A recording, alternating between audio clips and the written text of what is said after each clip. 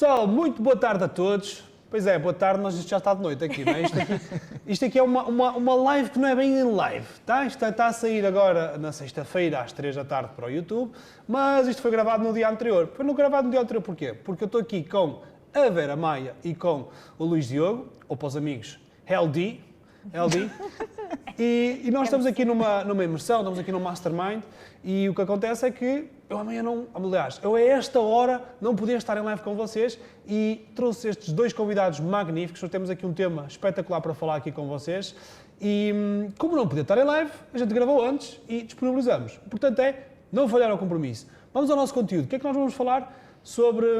Qual é o nosso tema para hoje? Nós vamos falar sobre estratégias, para dizer direitinho, estratégias para vender e escalar serviços e produtos online. Vera Maia, apresenta-te. Quem é Vera Maia? Ok, então... A gente já conhece, não sei, se calhar não. Bem, Vera Maia, trabalho em e-commerce há 12 anos, em marketing há 14. Trabalho com lojas online, portanto, consultoria na área de e-commerce e formação. E mais recentemente tenho a minha própria loja online na Chaeco. E a malta do PAD já toda sabe quem é Chaeco, porque toda a gente recebeu ofertas. Portanto, estou à espera das reviews. Exatamente. Eu vou andar a ver quem é que fez review ou não. Tens listinha de pessoas, não é? Fica lá o nome ou é review anónima? É assim, só se comprarem é que fazem mesmo review. Ok. Portanto, não, mas mandem que a gente partilha. Mandem-me. Vou andar a controlar isso. Porque a Vera Maia, no nosso último encontro presencial do PAD, ela ofereceu, para aquele pessoal que não foi, olha, estudasses, ela ofereceu o produto da Chaeco ao pessoal todo que lá estava e é só assim, são coisas boas que a gente arranja. Boa. E o LD, who are you, LD? É Luís, por favor. Luís, vai. Eu trabalhei em performance, sou arquiteto de formação, mas trabalhei em performance durante uns anos e trabalhei na área do e-commerce.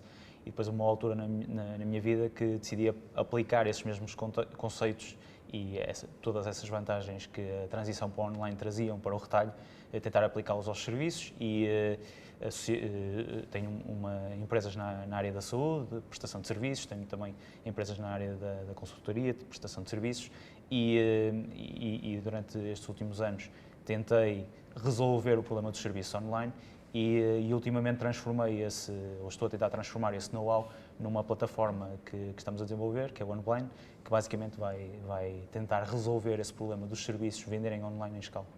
Brutal. Estou a ver, malta com muita experiência, portanto hoje vou ficar aqui um bocadinho na lógica do entrevistador, aproveitar que tem aqui duas mentes brilhantes aqui comigo e para termos aqui o máximo de conteúdo possível. Então, vamos aqui à primeira perguntinha para vocês. Siga. Primeira pergunta, e que muita gente faz, não é? Mas é possível escalar a venda de serviços online? E quais é que seriam aqui também para vocês as condicionantes, não é? O que é que isso acarreta? Queres começar? Começas tu.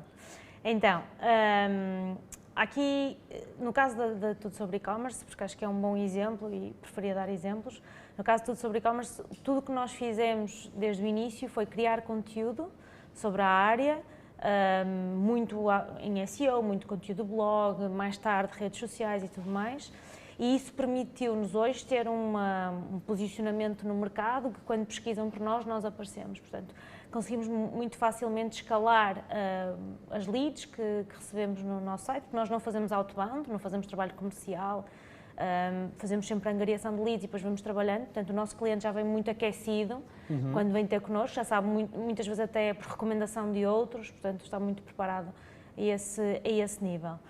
Depois em simultâneo temos, por exemplo, a conferência já é um bocadinho diferente, a conferência já é muito mais fácil de escalar do que propriamente a consultoria, a conferência é 100% vendida online e depois levamos as pessoas a um espaço físico e aí, sem dúvida que nós trabalhamos muito mais os oradores, as pessoas que trazemos, as informações que trazemos para o mercado, tentamos trazer mais exclusividade naquilo que trazemos e depois vendemos online muito com base nas pessoas que vamos trazer cá, não é? É muito esse o conceito. Depois temos ainda a formação. A formação durante muito tempo viveu do nosso trabalho de consultoria, porque era basicamente transferir as pessoas que não conseguíamos vender consultoria, vendíamos formação, porque havia a necessidade no mercado, portanto fazíamos essa transição, essa transferência. Neste momento evoluiu e tornou-se um produto por si só e aquilo que fazemos muito é o estilo de lançamento, portanto é perfeitamente possível nós fecharmos uma turma de 30 pessoas, 50 pessoas, porque já o fizemos. Claro que pode não ser no primeiro lançamento, que também o nosso primeiro não correu bem, e acho que temos que ser um bocado transparentes em relação a isso, mas fomos aprendendo e fomos percebendo que, primeiro, era muito mais interessante do que juntar uma sala de pessoas, porque nós também já juntamos salas de pessoas fisicamente. Depois, permite-nos acompanhar os projetos, em vez de ser 2 dias de trabalho, são 12 semanas, por exemplo, em que é muito mais interessante, vemos os projetos a crescer. A consultoria, não é? Não, na própria formação. Okay, na formação, ok. Na formação, porque a formação deixa de ser só 2 dias em que as pessoas estão ali, passam a ser 12 semanas em que estamos em conjunto a ver o projeto a crescer e conseguimos depois trazer aqueles casos práticos para o lançamento seguinte. Portanto, temos visto que a questão do digital e a questão da venda deste serviço à distância se torna muito mais valioso para nós e muito mais valioso para quem frequenta a nossa formação, porque tem algo que quem fez antes não teve. Não é? Portanto, tem este tempo todo, este processo todo, desde o zero. Portanto, acho que é essa a grande questão. Portanto, sem dúvida que é possível escalar serviços. Depois, sobre os produtos, falamos mais daqui um bocadinho. É isso. Vamos ouvir o Luís. Eu sou suspeito porque houve uma fase na minha vida onde eu ajudei algumas marcas a escalar produtos online. E houve um momento de transição, e esse momento de transição aconteceu porque eu comecei a ver que toda a gente que eu admirava, toda a gente que eu consumia, toda a gente que era verdadeiramente bom a fazer performance digital estava muito focado no retalho. E estava muito focado no e-commerce, e estava ou no infoproduto também, toda a gente que eu aprendi. E eu olhava para o mundo dos serviços e pensava, quem é que está a fazer isto? Não é? Quem é que está a aproveitar esta onda e esta oportunidade? Isto não é uma realidade hoje que acontece. E isso fez-me começar a desfocar. Até nasceu na altura, inicialmente foi um desafio que era um cliente que trouxe um desafio para as minhas mãos que foi, olha, reparei, é quase como aquele reclame, reparei aquilo que fazes com as laranjas. Sim, Se eu trouxer uma vaca, fazes o leite. Pronto, aconteceu uma coisa similar que é, reparei aquilo que fazes com e-commerce, se eu trouxer um serviço. Na altura era um serviço de saúde. Será que tu também consegues aplicar o sistema? Isso entusiasmou-me o desafio, porque eu estava numa zona de mais ou menos conforto, onde eu conseguia escalar de uma forma previsível e sustentada lojas online, e aquilo era um desafio. E efetivamente, escalar um serviço tem muitas nuances, porque pressupõe a junção entre um mundo online e um mundo offline, mesmo os serviços que nós podemos vender online pressupõem, por exemplo, a nossa agenda. E só essas nuances mudam muito aquilo que é um framework de um produto, não é que é uma coisa mais previsível. E a potencialidade nasceu quando eu entrei para o negócio, dediquei-me a 100% a tentar desbloquear aquilo, isso obviamente que foi fundamental para tentar encontrar soluções, mas a verdadeira oportunidade nasceu de uma identificação do que é que tinha acontecido no mundo online para o mundo dos produtos, para o mundo do infoproduto, que tinha sido tão transformador para esta indústria se movimentar toda para o online. Foi a possibilidade de nós, sem um limite geográfico, podermos vender. Isso é uma coisa incrível. Eu lembro desse sonho quando começou eu posso vender para todo o mundo, não só para a minha rua, não só para a minha cidade. E os serviços não podem isto? Isto era uma pergunta que me incomodava bastante. E, através, enfim, de muitas estratégias, fomos caminhando e dando passos, com muitos erros nesse processo, mas conseguimos construir uma estrutura onde vinham pessoas de todo o país para serem tratadas às nossas clínicas. E claramente estávamos num mar azul brutal, porque quem é que estava a fazer isto? Quem é que está a fazer isto? E isso obrigou a entender que, sim, é possível escalar serviços, no caso, um negócio local, não é? Negócio local, estamos a falar no local, não é? E depois escalei também serviços mais na ótica de já estar no online e aí traz facilidade, mas também tem nuances. Como é que eu, por exemplo, compatibilizo o teu tempo com o meu tempo? Como é que a tua agenda se sincroniza com a minha e eu transformo isso num processo de venda? Há aqui muitas nuances, até pelos próprios hábitos dos serviços em si.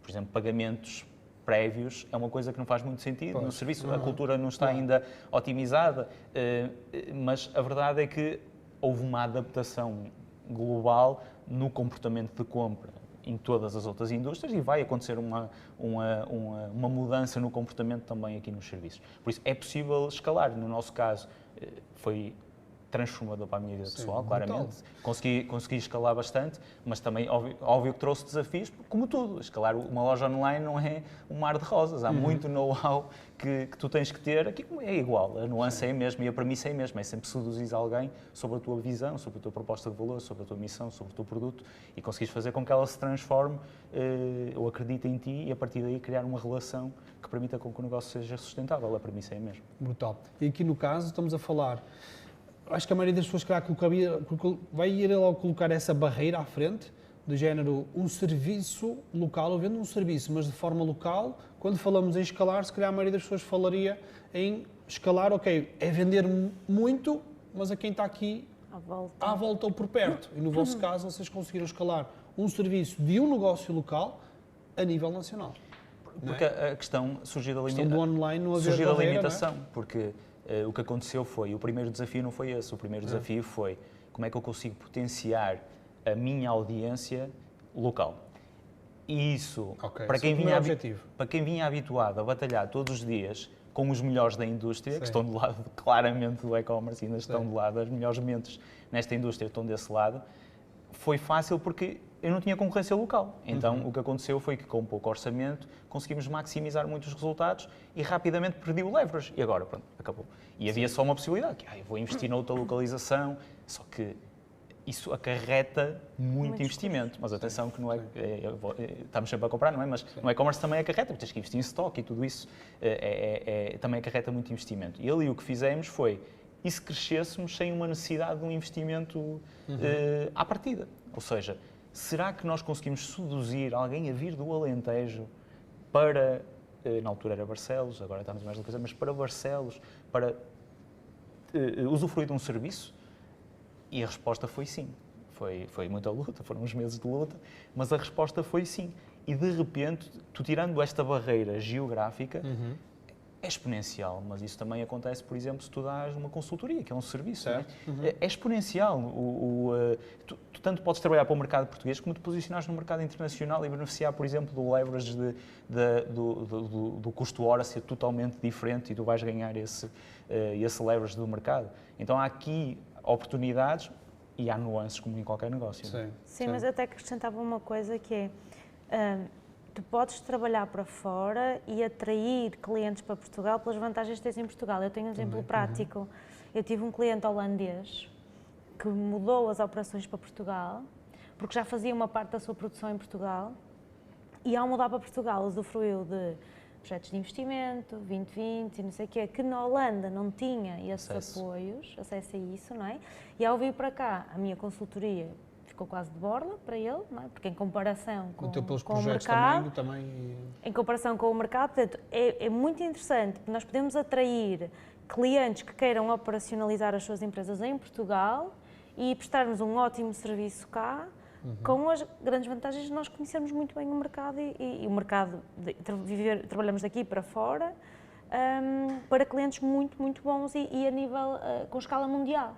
Que eu acho que isso também é muito interessante. Portanto, não é só nós sermos muito bons no que fazemos, mas o nosso país pode ser um polo de atração dessas empresas também. Interessante. Isto, achas que em termos de, imagina, em termos de perspectivas de mercado, ou não diria um freelancer, mas se calhar uma agência ou uma empresa, poderia tentar encontrar quem são estes players de lá de fora, que até já têm uma parte da produção cá dentro, que mais facilmente poderiam virar meus clientes e eu até ajudá-los. Sim, eu tenho neste momento um projeto muito próximo de acontecer para o Médio Oriente, por exemplo. Claro, também tenho o conhecimento que ajuda, não é? Conhecimento de mercado, ajudou a que houvesse mais confiança por parte de quem está do outro lado, mas tu tens imensas empresas que estão a vir para Portugal a produzir, também porque neste momento estão a fugir de certos mercados em que não estão a ter entrega, nomeadamente China, não é? Então estão-se a desviar para Portugal por ser o país, se calhar, europeu mais produtor ainda, e há muito potencial nós cá captarmos muito investimento com esta visão de eu estou aqui, mas estou aqui a vender para fora, estou aqui a vender os meus serviços, como os produtos também podem sair daqui, que eu acho que isso também é interessante. Brutal, boa. E os serviços têm o leverage, que há um leverage que as pessoas não aproveitam, que foi das coisas mais importantes. Nós temos que pagar a nossa aprendizagem. O erro faz parte do processo de crescimento de qualquer empresário. E tem um custo, okay? E nós não podemos renegar esse custo. E é muito simples eu olhar e dizer assim, eu sonhava vender milhares de produtos a milhares de pessoas. Só que isto é um exercício muito... na execução é extremamente difícil de o fazer e só os melhores é que estão a conseguir fazê-lo. E a verdade é que nós olhamos para plataformas como a Google, como a Facebook e por aí fora, e nós vemos o custo de aquisição continuamente, ano após ano, a crescer. E a tendência é essa. É essa, não vai cair, é o negócio cair, deles, é o negócio deles. E se nós olharmos, sobretudo para quem ainda não está confortável ou quem não está bem assessoriado, e daí também o trabalho que a Vera ajuda, são os atalhos que são importantes para nós chegarmos mais rápido, mais à frente. Se nós não temos essas âncoras, essas pessoas que nos apoiam, a verdade é que, porque não escolher um produto que acaba por ter mais margem e nos permite errar muito mais vezes? E isso é importante para quem está numa fase de aprendizagem, porque não pode partir do princípio que são os primeiros 100 euros que se vão transformar em muitos outros. Há um fluxo de aprendizagem. Os serviços têm essa vantagem, porque têm um preço médio, uma margem muito superior e um preço médio muito superior, e permitem-te, se souberes ou se potenciares o online, permitem-te ter mais margem para errar e suportar este tal crescimento que estas plataformas estão a introduzir na forma como nós adquirimos um novo cliente. Sim, boa, brutal, boa. Vamos aqui a outra perguntinha. Então, eu gostava que vocês me falassem um pouquinho sobre as diferenças entre vender produtos, vender e escalar produtos e vender e escalar serviços. Estamos por ti, Vera? Sim, claro. Produtos e serviços. Ok, produtos e serviços. Bem, a questão da margem é uma questão fundamental, tanto em produtos como em serviços. E acho que esse é um grande erro quando olhamos para produtos e dizemos o e-commerce não dá dinheiro, ou eu não consigo fazer crescer um negócio de e-commerce, é porque não tens margem. Porque se tiveres margem e se descobrires a fórmula, tu consegues fazê-lo crescer. Agora, acho que a grande diferença, embora também exista no serviço, é a questão da logística. Não é? Tens uma logística em produto que, embora tenhas que gerir horas de alguém no serviço, que é bastante diferente. Portanto, tens que conseguir gerir um parceiro terceiro, não é? Que vai fazer a entrega no teu cliente, que vai ser o teu rosto na entrega àquele cliente, e que se correr mal, o cliente vai reclamar contigo e vem tudo ter contigo, não é? Se ele não entrega a horas, ou se o produto chega estragado, ou se, como eu já vi acontecer, só chegar um produto e o cliente comprou dois, mas na verdade foi desvio durante o processo de entrega. Já vi muitos casos diferentes, ou coisas estragar-se, por exemplo, sei lá. Há negócios, dou-vos um exemplo, bebidas alcoólicas. Há empresas que não querem vender cerveja online, e se calhar um pack de cervejas até fazia muito sentido, não vendem porque a transportadora parte e aquilo parte-se durante a entrega. Lá se foi a margem. Lá se foi a margem. Ou então até produtos de decoração, cerâmicas, coisas assim que as pessoas dizem, não me vou meter a vender online porque isto vai correr mal, a entrega corre mal, não sei o quê. Pronto, portanto, temos aqui, eu acho que é essa a questão, e o custo de stock, não é? Pode ser um custo de dinheiro parado em armazém, depois há outras soluções, há 1000 soluções diferentes, mas esta se calhar é uma das grandes diferenças e das, se calhar, dificuldades, falando aqui em dificuldades. Enquanto nos serviços, tu podes nem ter a pessoa a trabalhar para ti, pode ser um prestador de serviços. Até pode estar remote, pode estar, não é? Sim. A questão logística aqui já não se prende tanto. Sim, embora tenhas que gerir horas de alguém, mas acima de tudo pode ser um prestador de serviços que tu não tens um compromisso com aquela pessoa. Ele trabalha, tu pagas, não trabalha, não pagas, ou não há reserva de horas daquela pessoa, não pagas. Portanto, O risco cai muito, não é? Sim. E aí, por exemplo, o fitness, até físico, não é? Tem muito essa vantagem. Tens muitos prestadores de serviços que, se tu não fechas uma turma, não contratas aquela pessoa. Ou se o PT não vende, não ganha mais à hora. Portanto, tens essa flexibilidade que no produto é um bocadinho mais difícil de conseguires. Mas, por exemplo, em termos de reviews, tanto um como o outro tem que ter reviews, não é? Tu tens que... O produto vai ter uma validação, vai ter que ter uma validação por parte do cliente, um feedback. O serviço também deve ter. Exato, sim. É exatamente a mesma coisa. Portanto, eu vejo... As coisas para mim são muito equiparadas, muito equivalentes.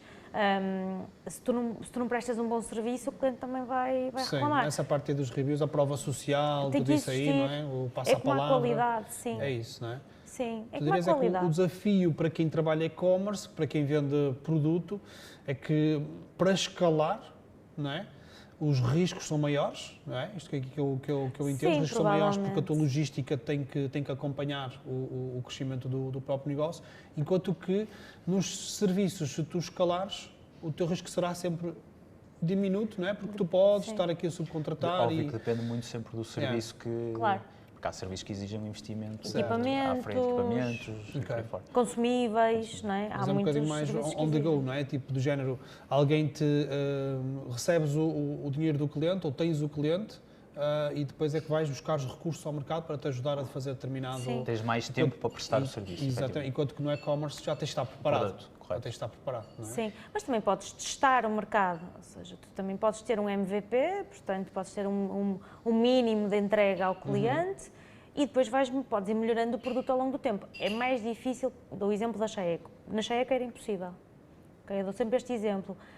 Eu comprei 2000 shampoos. No dia em que decidi fazer a Chaeco, eu tinha comprado 2000 shampoos. Eu só tinha duas soluções, ou aquilo vendia, ou eu tinha shampoo para oferecer a toda a família o resto da vida. O resto da vida.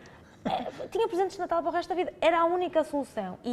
Mas, por outro lado, traz-me aqui uma grande vantagem, que é, eu posicionei a marca de uma forma no mercado que é mais difícil teres concorrência. Hoje em dia já começam a aparecer outras marcas, mas tens capital, investes, é como querer ser uma Amazon. Hoje em dia, ninguém quer ser uma Amazon porque ninguém tem o capital, o investimento para conseguir competir. Não é? Portanto, tu investes para crescer e crescer mais rápido, quanto mais rápido cresces, melhor. E, portanto, eu sou uma apaixonada por produto. Eu tenho muita dificuldade em dizer o produto não é escalável. Tudo bem, tem menos margem, depende do produto que vendes. E aí eu gostava de dar um exemplo prático, que eu trabalhei na Salsa e tenho mesmo muito orgulho de trabalhar lá. Mesmo uma paixão por aquela empresa. E lembro-me de uma das primeiras reuniões que tive com a diretora de produto, ela disse-me, e espero não estar a dizer nenhuma confidência, porque a seguir ainda levo aqui com uma carta em casa. Começam os contratos a voar. Que entre nós. Mas ela disse-me uma coisa que para mim, que eu aprendi e levo para a vida, que foi, o nosso múltiplo, acho que na altura era 4 ou 5. E sabes porque é que é 4 ou 5? Ou seja, compra 10, vendo a 40, compra 10, vendo a 50. Estás a ver as 200 pessoas que nós temos aqui nesta sede, estás a ver a sede onde tu trabalhas, estes ordenados têm que ser pagos. Claro.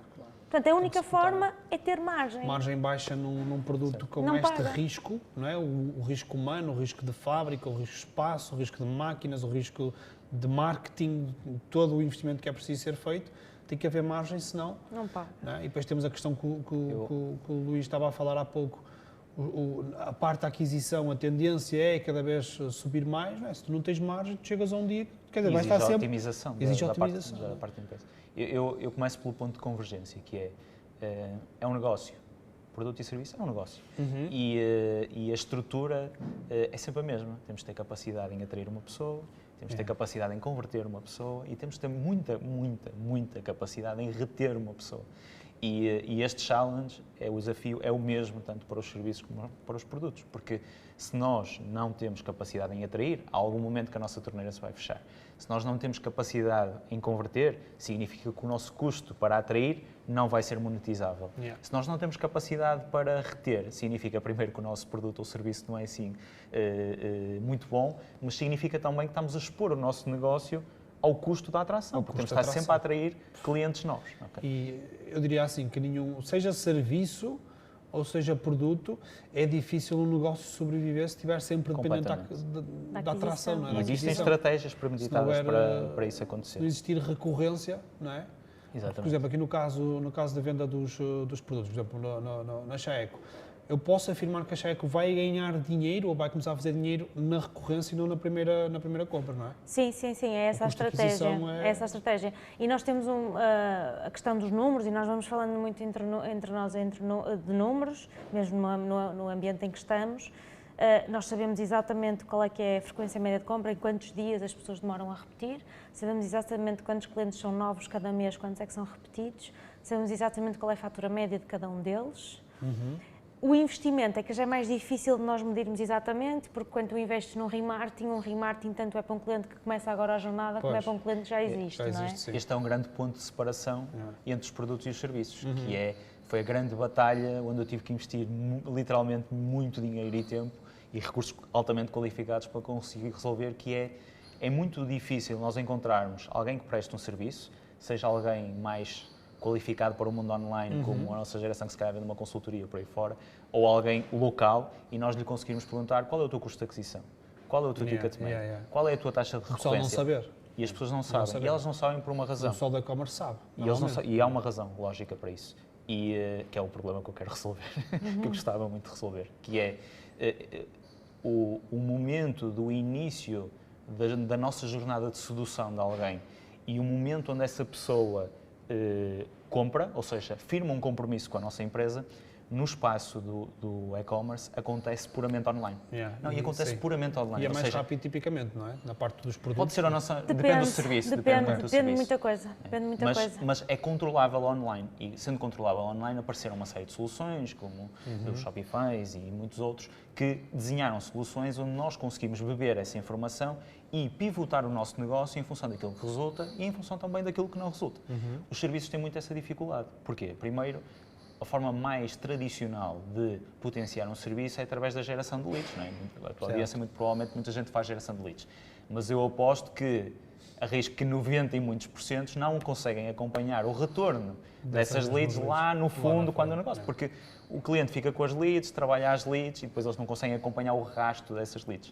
E isso acontece na tal junção entre o mundo online e o mundo offline, que é o grande desafio dos serviços, que é como é que eles podem beneficiar da porta de entrada ser tão mensurável como é num retalho. E aqui há claramente uma grande diferença de maturação relativamente aos dois mercados, que acabam por condicionar quem está do outro lado, que não consegue ter os números para tomar decisões. Isso foi uma grande conquista que nós, na altura, na nossa estrutura, fizemos, foi como é que eu consigo medir o que está a acontecer em Lisboa, naquela clínica em específico, e eu consigo, em real time, medir a métrica do que está a acontecer lá, exatamente como eu consigo medir num anúncio que está a ter melhor ou pior performance. E consigo ter os números globais do meu negócio. Nós tivemos que construir a nossa infraestrutura. E acho que para os serviços beneficiarem deste grande salto digital e deste grande salto online, vão ter que começar a aparecer muitas opções que te permitam construir esse mundo. Certo. E tu neste momento estás a trabalhar num projeto que vai ajudar pessoas que vendem serviços online, não é? De uma forma simples, a terem, a simplificar o processo de venda de um serviço, seja um agendamento do teu tempo. Essa é a maior dor, Luís? Parte do agendamento ou parte do tráfego? O que é que tu achas que é a maior dor? Há múltiplos tipos de serviços, não é? Mas há um claro que é eu comprar o teu tempo, seja uma consultoria, seja uma consulta, seja tu educares o meu cão, seja que tipo de serviço for, o momento é vendável. Okay? E há outra que é os grupos, ou seja, tu vendes uma consultoria para 6 pessoas ou 10 pessoas, ou seja, o mesmo evento ser mentorias, aulas de yoga, o que for.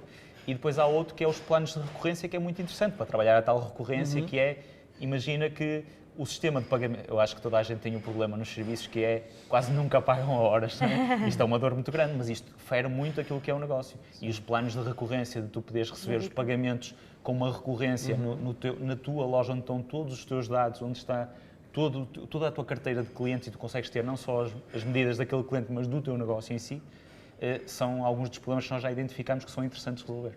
Sim, boa, top. Vamos falar sobre outro tópico, porque isto, assim, é engraçado, a Vera estava a dizer, gostas muito da parte do produto e não sei o quê, eu por acaso sempre fui muito mais de serviço, porque na minha lógica, não é, como, digamos assim, a dificuldade para tu começares a vender serviços é uma, para começares a vender produtos é outra, não é? A parte dos produtos tem todo um know-how, todo um conhecimento sobre o que é o e-commerce, não é?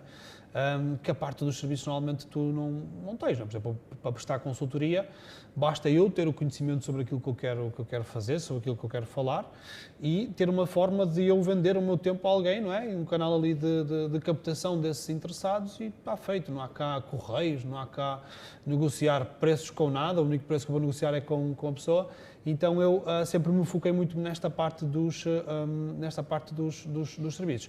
Nós quando falamos entre vender produtos, vender serviços, escalar produtos, escalar serviços online, normalmente a malta vem muito com a questão do B2B, diferença entre o B2B e B2C, não é?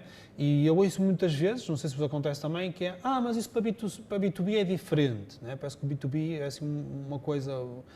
Eu acredito que existem estratégias próprias para B2B e para B2C, não é? Mas há aqui muitos pontos também de convergência. Como é que vocês veem esta questão de vender produtos ou serviços para B2B ou para B2C? Há estratégias convergentes? Há muitas diferenças? Cada vez mais, cada vez mais é mais convergente. Por exemplo, quando olhas para e-commerce puro, imagina que vais ter uma loja online B2B e uma loja online B2C, cada vez mais as lojas online B2B são como as B2C, têm as mesmas ferramentas de marketing, têm estratégias, diferentes. Eu em B2C vendo uma unidade, em B2B vou vender uma caixa.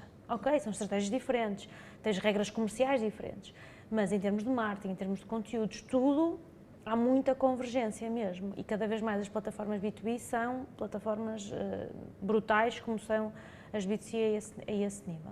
Agora, nós vendermos para B2B, no meu caso, eu vou falar muito a nível pessoal, qual é o handicap? No meu caso, é o facto das pessoas quererem trabalhar muito comigo. Pois, ok.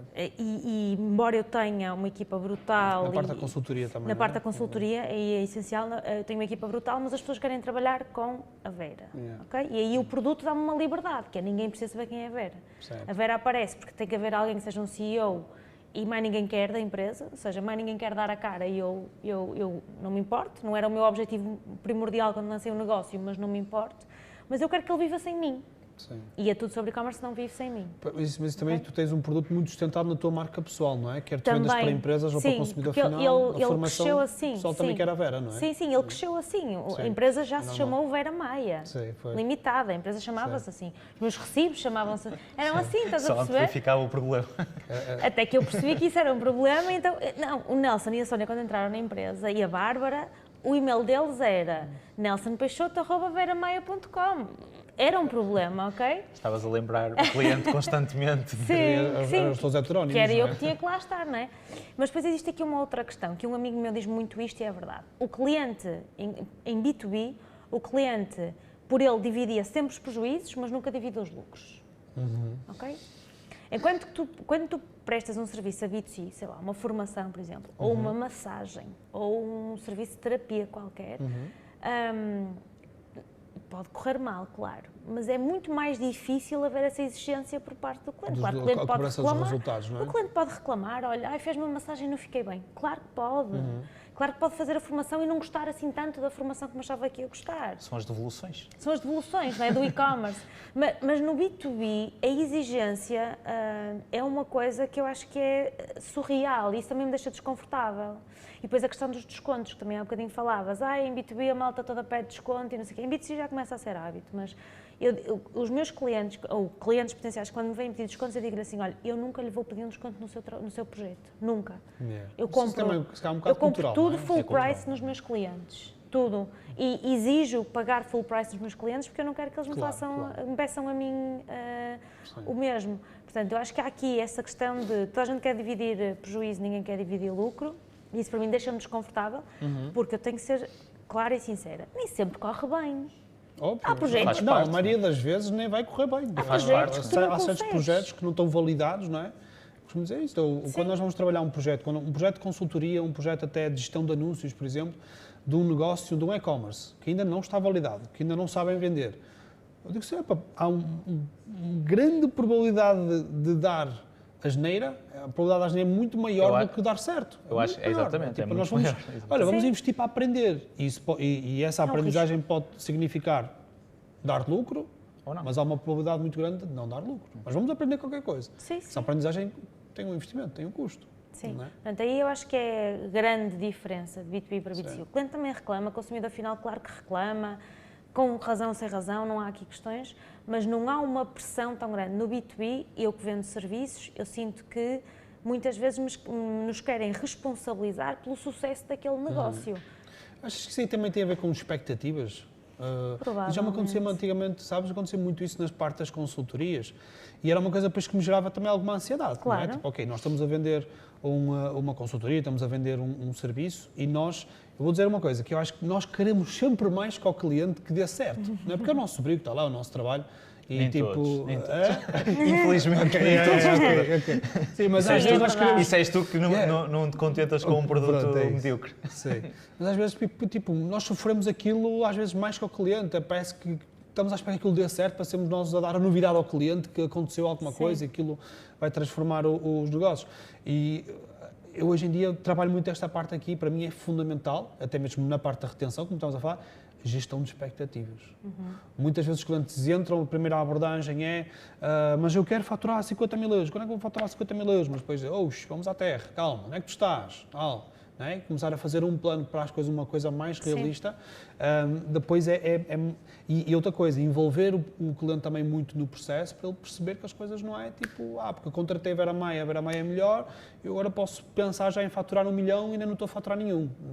Todos os negócios, todos, sem exceção, que nós conseguimos escalar, têm uma equipa brutal. Claro, pois, é isso. Tem um gestor de e-commerce do outro lado. Todos, sem exceção.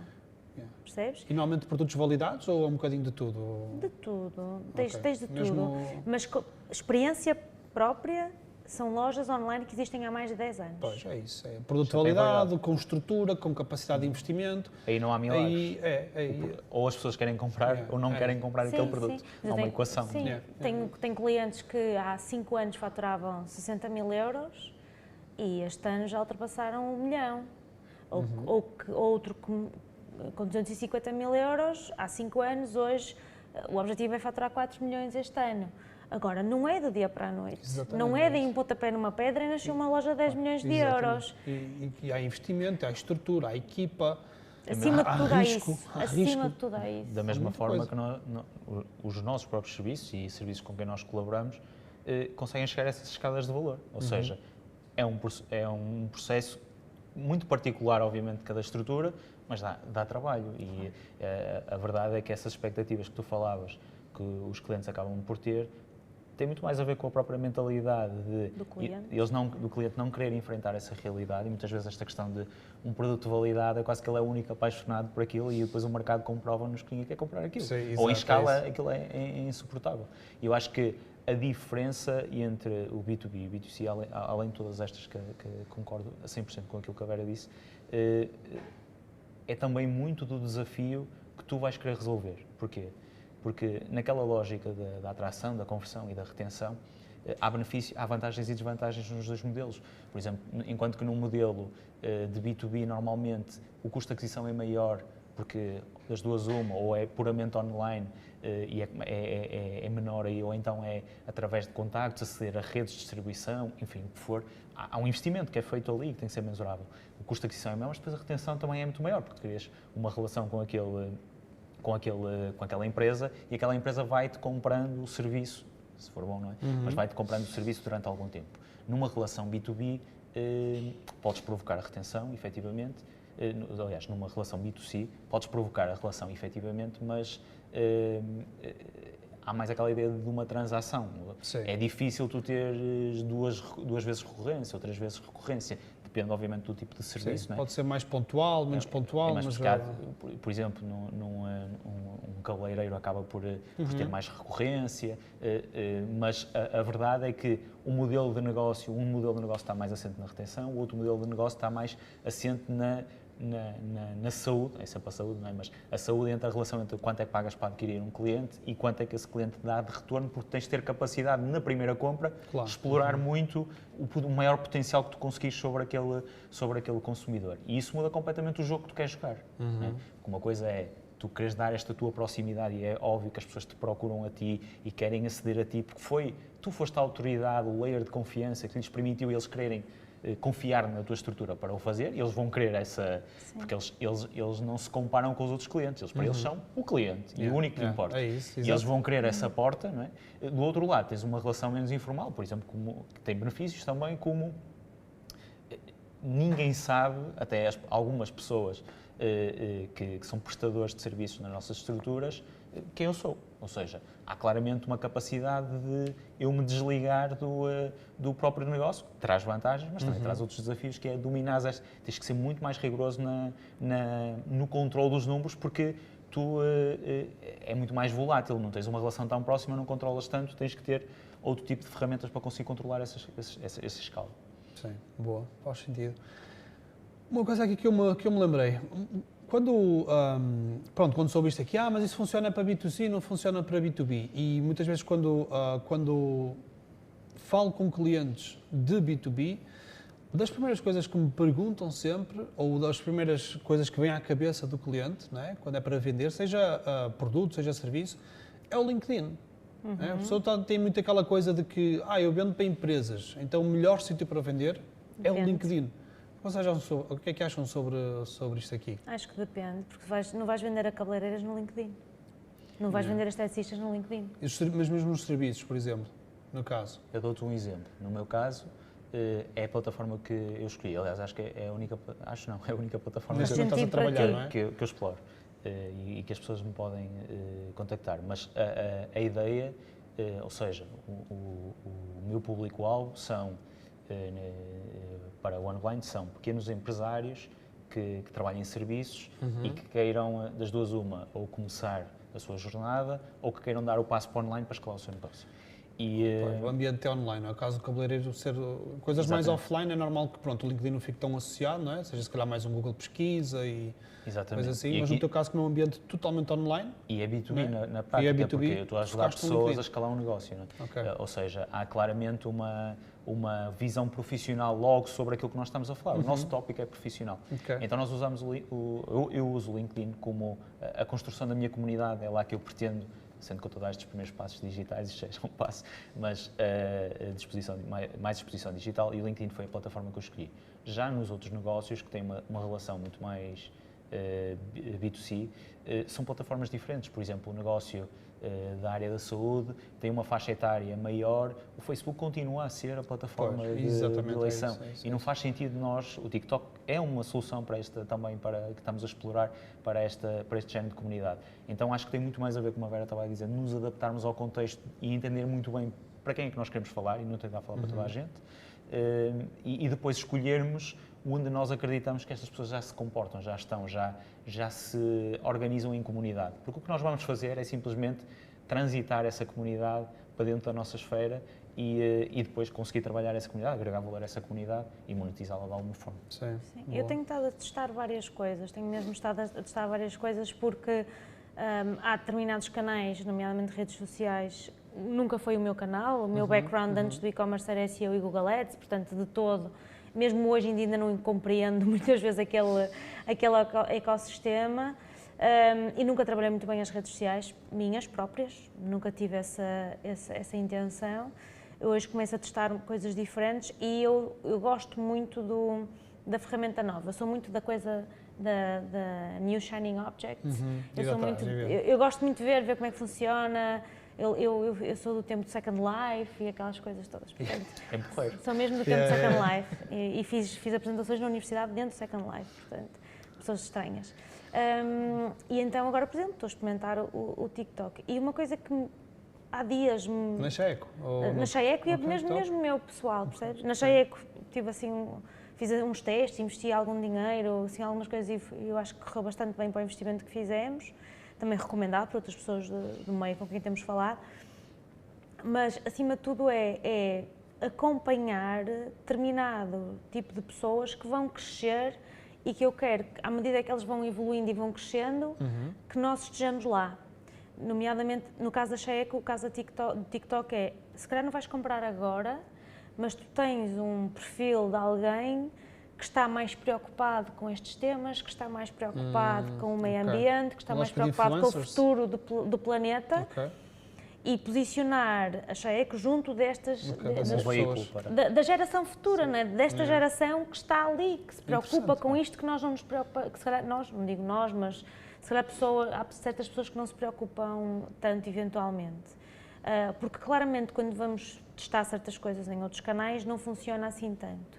No caso da Tudo Sobre E-Commerce, sempre foi muito institucional, durante muito tempo teve sempre uma imagem muito institucional, muito o blog, muito essas coisas. TikTok não faria muito sentido, não é? Não, o Tudo Sobre E-Commerce não está lá, eu tenho a minha conta pessoal com o blog, com o podcast que lancei recentemente, portanto tenho sempre um short vídeo do podcast e tenho colocado lá, mas sem promoção, sem nada, tem uma coisa mesmo muito básica, mas voltei a trabalhar o LinkedIn, que era uma coisa que também estava muito esquecida, mas acima de tudo eu acho que temos que escolher um canal que também nos sentimos confortáveis. Por exemplo, eu sinto-me confortável em frente a uma câmara. Certo, ok. Eu não me importo nada de gravar um podcast como hoje em dia gravo, podcast, videocast, é algo para mim e para a Sónia, é uma coisa, não há stress, nós gravamos e não sei o quê. Se calhar é mais confortável neste momento do que ter que tirar uma selfie, publicar ou fazer stories como tu fazes diariamente e não sei o quê. Portanto, eu acho que também temos que nos ajustar à audiência, mas também temos que ver o que é que faz sentido para nós e como é que nós estamos bem ali naquele meio, porque senão sai forçado. Se eu fosse publicar, e já fiz esta tentativa de publicar diariamente, não ia ser natural. Ia ser forçado e a audiência depois ia perceber isso. Eu acho que nós também temos que mostrar isso. Eu acrescento aqui, concordando completamente, acrescento aqui duas noções que são importantes e fala-se muito poucas vezes sobre elas. A primeira é que eu também sou shiny object, mas mais no sentido de estudar. Sim. Estudo muito a plataforma, não no sentido tanto como utilizador. Mas acho que uma coisa que às vezes nós nos prezamos muito é o contexto. Ou seja, é importante nós entendermos que mais vale uma muito bem feita, com o contexto adaptado à própria plataforma, à própria audiência. Replicar o conteúdo para tudo. Replicar o conteúdo é muito complexo, porque as plataformas foram construídas sob um contexto e nós não vamos conseguir, com o nosso mini investimento ou o nosso mini tempo, que na proporção não é nada, mudar o contexto de uma plataforma. Sem dúvida. Eu concordo a 1000% com isso mesmo. E o segundo conceito que eu acho que é importante, nós somos empresários. E mesmo as pessoas que não têm uma empresa deviam olhar para o tempo delas como o recurso que eles estão a vender. E são empresários também, eles não sabem, não admitem que são empresários. E há uma nuance muito importante quando nós escolhemos uma plataforma. E a Vera tocou aqui em alguns pontos que eu gostava de realçar. Eu penso muito, ou seja, e se nós trabalhássemos as redes sociais quase como se trabalhássemos um ativo, uma ação, um investimento, o que é que numa estrutura financeira e apoiando em pessoas que Warren Buffett e por aí fora, o que é que eles aconselham a fazer numa estratégia de investimento? O efeito cumulativo, ou seja, o efeito compound da curva exponencial. Aquela curva bonita. E isso, há dois princípios para isso. O primeiro princípio é a constante é fundamental, sem a constante consistência, não é? A consistência é fundamental no processo. Acreditar no processo, porque a curva é baixa durante muito tempo, só começa a subir mesmo lá para a frente. Mesmo que o crescimento seja pouco de cada vez, desde que haja sempre crescimento, ele é exponencial, não é? Há um momento que... Mas mesmo dentro do espectro das estratégias digitais e das redes sociais, seja o que for, existem estratégias mais interessantes, e deve ser um equilíbrio, não deve ser nem este ou aquele, deve ser um equilíbrio entre as duas. Existem estratégias mais passivas, ou seja, com o efeito cumulativo a longo prazo rende-nos mais, como por exemplo o blog, como por exemplo um YouTube, ou seja, são plataformas de pesquisa, mais na esfera do Google do que propriamente na esfera do Meta ou Facebook, ou o que for. Que ele quisesse chamar amanhã. E porquê? Porque eu criei um blog, o blog posicionou-se. Eu posso não fazer mais nenhum artigo, mas aquilo está a gerar o compound vai continuar a gerar um compound. Se eu, por exemplo, vou para uma rede social e eu perco esse efeito cumulativo, eles colocam fora do mapa. Completamente. E esse equilíbrio entre as duas estratégias é importante, não é optarmos, é importante termos a consciência de que são estratégias com efeitos diferentes. Ou seja, termos a consciência de que quando vamos para uma rede social temos que entender comunidade, temos que entender constante, temos que entender contexto. Quando vamos para uma estratégia onde nos estamos a posicionar ou num termo de pesquisa ou num canal no YouTube ou por aí fora, temos que ter, obviamente, também essas condicionantes todas, mas temos que olhar para aquilo como um ativo. É uma ação que eu estou a comprar. Ficar agora no YouTube, é uma ação que eu estou a comprar, que me pode valer, depois no pode futuro, me dar rentabilidade. E não achas que as redes sociais hoje em dia elas estão do género com os Reels, com os Stories? Os Stories é uma cena que só fica 24 horas, não é? Ele não gera este compound effect, tu tens de estar sempre a criar novo conteúdo, não é? Para tu realmente conseguires alimentar, é muito efêmero. Não é? Mas também usa outra estratégia, que é a estratégia da escassez, isso. não é? Que é a estratégia da exclusividade, do FOMO, portanto, usa aqui outras coisas, não é? É o contexto, adaptar ao contexto de cada plataforma. Usa outras coisas que são uma realidade grande. Há lojas online, em e-commerce, vendem produto, que só fazem lançamentos e existe, não é? Vendem 5 dias do mês, um produto, acaba... A antecipação, a escassez é a estratégia. Portanto, depende da estratégia e, mais uma vez, do contexto e, na minha opinião, acima de tudo, do teu cliente. Não é? Tens que perceber quem é o teu cliente. Que é o mais difícil, que não é uma coisa que se desenha num papel, vais fazendo interações e percebendo. Há pouco falaste de uma coisa que só queria acrescentar, que eu acho que é uma dificuldade e nós também já conversamos sobre isso, que é, ok, eu consigo medir tudo o que é campanhas, eu consigo medir tudo o que é testes, tentativa e erro, mas há uma coisa que ainda hoje é muito difícil de medir, que é a notoriedade da marca, não é? E a notoriedade surge desta repetição. desta consistência, Claro, desta deste coerência. A percentagem das vendas recorrentes, por exemplo, Sim, pode ser sim. uma forma de medir, não é? Sim, ou Podes então medir no visitas Sport, orgânicas. Podes medir orgânico, Ok, pesquisar ok. o teu nome. Sim. Há aqui algumas Existem, mas formas. não é perfeito a Não. mensuração. Não De consegues, todo. tipo, Aí a presença numa escala de concordo 1 a 100%. 100, como é que está, não tens como, não é? Aí as Não. redes sociais são um grande contributo, que é tens a presença, Sim. ou seja, tu quase que obrigas o tempo de permanência na cabeça daquelas pessoas. Isso é muito, para uma marca é muito importante. não é? Sem dúvida. Qualquer marca. E outra coisa que eu acrescentaria é ações de relações públicas online. Não estou a falar de influencers, estou a falar de canais digitais, estou a falar de revistas digitais, jornais, o que for. No caso da Chaeco, sempre que a marca tem uma presença num meio, que era algo que eu desvalorizava, Ok. que eu aprendi a dizer não, isto é importantíssimo, sempre que nós temos que aparecemos num meio, de forma mais ou menos orgânica, não é? Por RP, distribuição de RPs e tal, temos um salto. Incrível. Sempre. Sempre. Isso acontece sempre. E o melhor exemplo que nós temos É uma foi... validação, não é? É. São os outros a falar sobre o teu produto. É tal, Não és tu a fazer um sim, anúncio, a validação dizer nós da somos bons, notoriedade. não, são os outros E a vai dizer. dar à conversa que nós estávamos a ter, que é uma compra só funciona se existir um layer de confiança. Pá, é isso. E criar esse layer de confiança É muito forte. numa Vera Maia é muito mais simples Yeah. do que criar esse layer. É muito mais Em simples se produto. fores a Vera Sim. Maia, né? Ou seja, se criares a relação de Nem todos confiança. podem ser Vera Maia, Luís. Se criares a relação de confiança para conseguir transmitir isso. Sim. Do que uma marca. Uma marca não é uma pessoa, não é? Mas precisa na mesma do layer de confiança. Sim. E são dois desafios diferentes. Ou seja, enquanto que um tem a facilidade, mas depois também tem o contraposto, que é tu tens que estar lá porque eles te querem a ti. Do outro lado, tu não estás lá, eles não te querem a ti, mas tens a dificuldade que é, és uma marca, és uma projeção de valores, não é? E tens que construir esse layer de confiança. E acho que estas Sem estratégias são um desafio e são muito importantes para depois ajudarem à performance, ajudarem aos números e ajudarem as pessoas a desbloquearem o receio de se comprometerem, seja por uma objeção, seja porque não confiam, enfim, seja qual for o motivador que as está a bloquear naquele. Eu já fiz a gestão de algumas, esta parte aqui de recorrência, voltando ao e-commerce, rapidinho. Já arrebentamos com o tempo? Já, não? já. Aí quanto tempo? Já foi. estamos aqui, disse. vai ficar muito Queres caro que diga esta as live. horas? Queres que diga as Que horas horas? são? 8h25. Eu disse assim, tá, começamos ok, e eu disse, ok. colocar-nos aos três das Já era cadeiras. para ser meia hora, estamos aqui. Não vai para correr uma hora bem. aqui. Não sei. Tá, mas a gente já vai terminar. A equipa técnica vai nos dizer há quanto tempo estamos Eles já aqui. foram embora. Isto Eles hoje já foram embora. já ficamos abandonados. Mas então vamos fazer assim, 50 minutos. Estamos a 50. O que é que eu disse? Isto é para aí 20 minutos, mas é o normal, não é? Eles é que não costumam Já seguir as podias minhas antever lives. essa. Normalmente eu digo assim, pessoal, hoje a live vai demorar mais ou menos 1 hora e dura 4, não é? Então aqui foi mais ou menos mesmo. Então olha, vamos fazer o seguinte, já não vou dizer o que ia dizer, só uma última pergunta para vocês. Isto porquê? Porque nós os três temos um contexto enquanto profissionais, numa fase mais... No início das nossas carreiras trabalhamos muito também como freelancers, não é? Fizemos Sim. muito esse trabalho de freelancers, hoje as coisas estão organizadas de uma forma diferente aqui para nós os três, mas numa fase mais inicial nós trabalhamos como freelancers. E, como qualquer freelancer, não é? O que é que os freelancers querem? Querem ganhar? Como é que eu tenho mais clientes? Como é que eu escalo o meu serviço? Como é que eu ganho mais dinheiro? E muitas vezes há aquela preocupação também sem ter que aumentar os meus custos, que eu vejo isso também muito à minha volta, não é que seja uma coisa má, mas a minha última pergunta, mais neste sentido aqui, quais é que seriam as recomendações que vocês poderiam dar à malta que está lá a assistir em casa, que são muitos, freelancers, que dicas é que vocês poderiam dar para eles escalarem os seus serviços enquanto freelancers, aumentando ou não aumentando os custos fixos, mas o que é que vocês poderiam dizer? Fala um bocadinho da tua experiência. A primeira coisa é não ter medo de cobrar. Não ter medo de cobrar. Não ter medo de cobrar. Porque tu prestas um serviço, tens de cobrar pelas tuas teu horas, tempo, pelo teu tempo. Pelo teu tempo. Sim, não tenhas medo de cobrar. E se o cliente não aceitar, é porque não é o cliente para ti.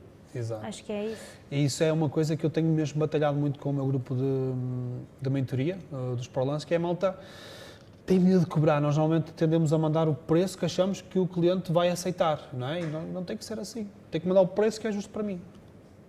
Como é que fez as coisas, Luís? Eu coloco-me, ou tento-me colocar quando na altura tinha o desafio, e acho que tu já partilhas com eles tudo que são estratégias, e acho que isso é um must, ou seja, eles devem investir na sua formação para perceberem tudo o que podem fazer, e acho que esta questão do mindset é extremamente importante. Vou tentar dar aqui uma ideia mais prática, porque quando estava lá, quando eu era freelancer, a minha grande dificuldade é a escassez de investimento que eu tinha para aplicar uma série de estratégias que eu até tinha conhecimento, mas não tinha simplesmente o investimento suficiente para conseguir investir no meu negócio que acho que é essencial, mas é difícil. Então há uma estratégia que eu vejo muito pouca gente a utilizar e para mim é um mar azul.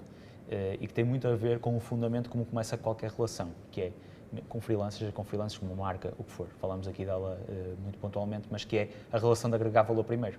Yeah. Então existe uma estratégia, uma dica muito prática, que é o efeito cumulativo, mais uma vez, e agregar valor. E essa estratégia é do Quora, que é, tu entras no Quora e tu tens grupos pela tua indústria, sejas freelancer do que for, marketing digital, o que for, entra nesses grupos e as pessoas lá, e tu vais começar, crias um perfil, crias autoridade no teu perfil, descreves o teu perfil, colocas uma boa foto, enfim, os mínimos para que o teu perfil transmita essa confiança, e aquilo que vais fazer durante 9 meses, 10 meses, é todos os dias, selecionas 2 perguntas e vais dar a tua melhor resposta para essas 2 perguntas. Eu garanto que se fizeres isso, em inglês, o mercado que tu quiseres, se fizeres isso, não há como não teres clientes. Como falhar.